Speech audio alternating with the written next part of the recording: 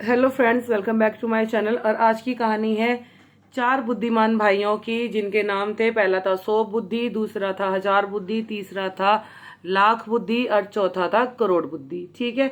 एक गांव में ये चार भाई थे। बहुत अच्छा इनका व्यवहार था, बहुत अच्छा इनका रहन सहन था और काफी बुद्धिमान थे। लोग इनको अकल बहादुर के नाम से बुलाते थे। तो एक दिन चारों भाइयों ने डिसाइड किया कि हम कहीं बाहर दूसरे शहर जाकर कमाई करेंगे, अपनी अकल का परिचय देंगे, इससे हमारी बुद्धि की परीक्षा भी हो जाएगी। ऐसा विचार करके ये अपने चारों भाई अपने घोड़ों पे सवार होके शहर की तरफ निकले। तो रास्ते में जब अपने गांव से बाहर निकले तब इन्होंने देखा कि कहीं पैरों के निशान हैं। ठीक है। तो चारों अपने घोड़े से उतरे और इन चारों ने उस निशानों को देखकर देखिए क्या क्या किया। तो पहले भाई ने बोला कि ये ऊंट के पैर के निशान है, लेकिन ये ऊंट नहीं है, ऊँटनी है। दूसरे ने बोला कि ये जो ऊँटनी है, ये इसकी एक आंख कानी है। ठीक है, इसकी बाईं आंख कानी है, ऐसा बोला। तीसरा बोलता है तो इसमें भैया, इसमें दो जने सवार थे, इस ऊँटनी पर दो जने सवार थे।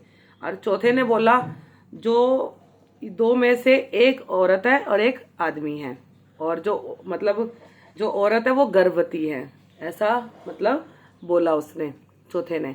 तो अब उन्होंने बोला कि चलो ऐसा करते हैं, अपने घोड़े पे बैठे उस ऊँट के पीछे, ऊँटनी के पीछे पीछे चले गए। वो कि वो इस दिशा में गए, पैरों का निशानों का अपनी इस बात को सत्यापित करने के लिए वो उस ऊँट के पीछे पीछे चले गए। तो काफी आगे पहुंचे तो देखा तो वो थी ऊँटनी। ऊँटनी पर एक दो आदमी, मतलब दो सवारी थे, वो बैठे हुए जा रहे थे। तो उन्होंने देखा कि चार घुड़सवार उनका पीछा कर रहे हैं। उस ऊँट वाले ने देखा तो वो कहता है, अरे, अपनी बीवी से कहता है, मुझे लग रहा है कोई हमारा डाकू हमारा पीछा कर रहा है। ऊँटनी को उसने और तेज दौड़ाया, और जैसे दौड़ाया फिर वो दूसरे राज्य में जहाँ वो जा रहे थे, वहाँ पे एक वो थे चौकीदार अंकल। उनको बोला कि भाई साहब आप हमारी रक्षा करो, वो पीछे चार आदमी हमारा पीछा कर रहे हैं, बहुत देर से पीछा कर रहे हैं हमारे। तो कहता है ठीक है, रुक जाओ, तुम यही रुको, भी मैं देखता हूँ कौन है वो, कहीं डाकू तो नहीं है। तो वो आए, चारों रुके दरबान के पास।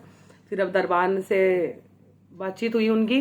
तो दरबान ने कहा, भाई ये देख के तो नहीं लग रहे हैं कि भाई ये डाकू हैं, तो पूछना पड़ेगा इनसे क्या बात है क्या नहीं है। तो उन्होंने बोला कि हाँ भाई पूछो। तो उसने बताई सारी बातें।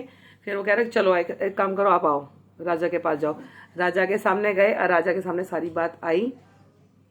तब उसने ऊँटनी वाले ने, आदमी ने बोला कि महाराज ये चारों आदमी मेरा बहुत देर से पीछा कर रहे थे और मुझे डर लग रहा है कहीं ये हमको लूट ना ले, इसी वजह से मैंने आपके यहाँ पे शरण ली है। तो वो कहता हाँ भाई, आप चारों इनका पीछा क्यों कर रहे थे? तो उन्होंने बताया जी हम कोई डाकू वाकू नहीं है, और हमने ये चीज़ देखी थी कि ये एक ऊँटनी पे सवार है, दो आदमी हैं और इनमें से एक औरत है, और एक आदमी है, जो औरत है वो गर्भवती है, और जो ऊँटनी है वो बाईं आंख से कानी है। तो वो कहता अच्छा। तो फिर उससे पूछता हाँ भाई तेरी ऊँटनी, तू ऊँट पे सवार था कि ऊँटनी पे सवार था? वो कहता है जी मैं तो अपनी ऊँटनी पे सवार था। मच्छर बहुत हो रहे हैं। तो सवार था। तो कहता है और तुम्हारी बीवी और कौन कौन था? उसने बताया जी ये बिल्कुल सही कह रहे हैं, हम ऊँटनी पर दो जने सवार थे और मेरी बीवी मेरे साथ ही, और मेरी बीवी प्रेग्नेंट है। और कहता है कि और ये तेरी ऊँटनी कानी भी है? हाँ जी, मेरी जो ऊँटनी है वो बाई आँख से कानी है। तो फिर वो अब उसको जिज्ञासा हो गई कि भाई ये इतनी सारी बातें इसको कैसे पता, इन चारों भाइयों को कैसे पता। अब वो पूछता है उनसे कि भाई तुम्हें कैसे पता इन सब बातों का? तो वो चारों में बोलते हैं कि जी, चारों में से पहले वाला भाई बोलता है जी मैंने ऊँट के निशान देखे, और ऊँट के निशानों से मुझे पता लगा कि ये निशान तो जो है वो ऊँट के हैं, बट ये ऊँट के नहीं ऊँटनी के हैं। ठीक है, निशानों से, पैरों के निशानों से उसने भाप लिया ऐसे। और दूसरा कहता है जी वहाँ पे दाई तरफ की घास, मतलब बाई आँख से काना था, तो दाई तरफ की जो घास थी वो खाई हुई थी, और बाई तरफ की घास बिल्कुल छेड़ी भी नहीं हुई थी। तो हमने इस चीज़ से ये पता लगाया कि इसकी जो है ये बाई आँख कानी है, और इसी वजह से इसने बाई आँख की घास नहीं खाई है। और तीसरे ने बोला कि जी वहाँ पे दो पैरों के निशान थे, जिससे कि पता लग रहा था ये वहाँ पे रुके होंगे, इन्होंने चाहे इन्होंने खाना पीना खाया होगा, तो वहाँ पे पता लगा कि दो पैरों के निशान है, जिसमें से एक आदमी के हैं और एक औरत के हैं। फिर चौथे ने बोला कि भाई तुम्हें ये कैसे पता लगा कि ये गर्भवती है? तो उसने बोला जो औरत का जो निशान था वो एक साइड में ज़्यादा दबा हुआ था, जिससे कि ये पता लग रहा था कि हाँ जो स्त्री साथ में है वो गर्भवती है। अब वो जो महाराजा है वो उनकी बातों से काफ़ी ज़्यादा मतलब वो हो गया, इम्प्रेस हो गया कि हाँ भाई बहुत अकलमंद है, बहुत अकलमंद है। तो उन्होंने उसको कुछ पैसे रख दे के अपने ही राज्य में रख लिया कि आप हमारे राज्य में रहो, आप हमारे राज्य में ही काम करो, राजमहल में ही रख लिया। वो खुश हो गए।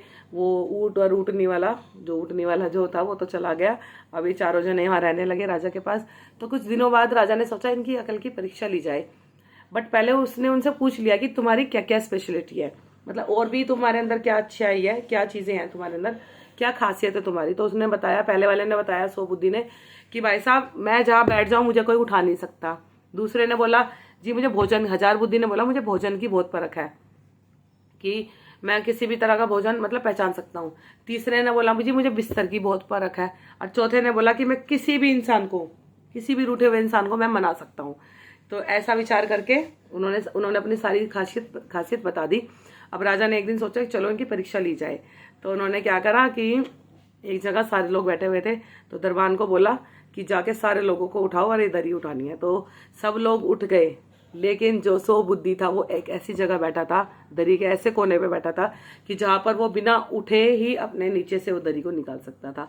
तो राजा समझ गए कि इसको उठाना पॉसिबल नहीं है। ठीक है। दूसरी बात, रात शाम को खाने पे बुलाया चारों को खाने पे बुलाया।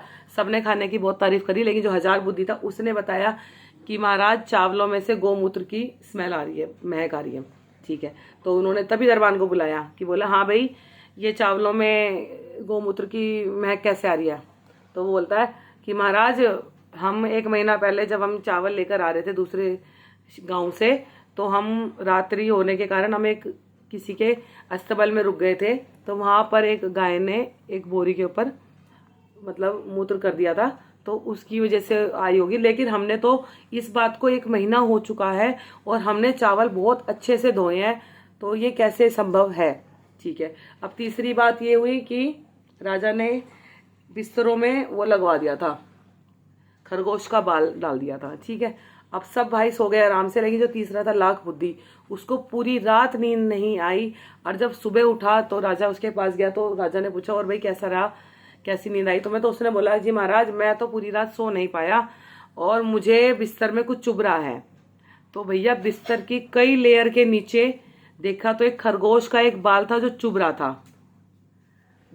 था उसको, और उसके कमर पे इवन निशान भी थे उस खरगोश की, जो खरोच के है वो। सोचिए कितनी सेंसिटिव उसकी स्किन थी, कितना ज्यादा उसे मतलब इस चीज का आभास था कि बिस्तर पे कुछ है। अब आई चौथे की बारी। अब राजा ने अपनी रानी को बोल दिया कि रानी आप जाओगे शहर के बाहर, गांव अपने राज्य के बाहर, और एक सराय है आप वहां जाकर बैठ जाना, और मैं करोड़ बुद्धि को भेजूंगा आपको बनाने के लिए, और आप किसी भी हालत में मानना नहीं। उसने बोला जी ठीक है नहीं मानूंगी। अब भैया वो गई वहां पे। अब वो आया करोड़ बुद्धि की बारी कि जाओ रानी को मना कर लेकर आओ। रानी राज्य के बाहर बैठी है किसी सराय में। अब उसने पता है क्या किया, पड़वे का सामान ले लिया जाने से पहले। राजा को नहीं पता इस बात के बारे में, तो उसने रानी के पास जाने से पहले पड़वे का सामान ले लिया, जो लड़के वालों की तरफ से लड़की वालों के घर जाता है शादी के समय पे। अब वो गया, अब रानी से बातें करने लगा। तो रानी उसकी बातों पे कम ध्यान दे रही थी, उसके हाथ में जो सामान था उस पर ज्यादा ध्यान दे रही थी कि ये साज श्रृंगार का सामान ये कहाँ लेके जा रहा है। तो वो बोलता है कि महारानी आप यकीन नहीं मानोगे, आपको राजा ने यहाँ भेज दिया है और खुद दूसरी शादी की तैयारी कर रहे हैं, ये देखो मैं सामान लेके जा रहा हूँ। तो वो एकदम आग बबूला हो गई। तो एकदम आई राजा के पास और राजा से मतलब लड़ने लगी कि आपने मुझे इसीलिए बाहर भेजा था कि आप दूसरी शादी कर लो। तो फिर वो आया करोड़ बुद्धि, तब उसने बोला कि महाराज मैंने तो अपना काम कर दिया और अब आप जानो और अब आपका काम जाने। तो मुस्कुराकर वो वहां से चल दिया। तभी से उसके बाद से ही राजा ने उन चारों भाइयों को अपने राज्य में रखा और खूब अच्छा उन्हें वेतन दिया। और इसी तरह से इन चारों भाइयों ने भी अपनी अकल और सूझबूझ से राजा की बहुत ज़्यादा मदद करी। इवन इतने सारे मुसीबत वाले काम थे, कंडीशन मतलब कई बहुत मतलब राजा की हर तरफ से इन्होंने वो मदद करी हर तरफ से। तो अकल और सही समय पे सूझबूझ काम देती ही देती है। Thank you so much.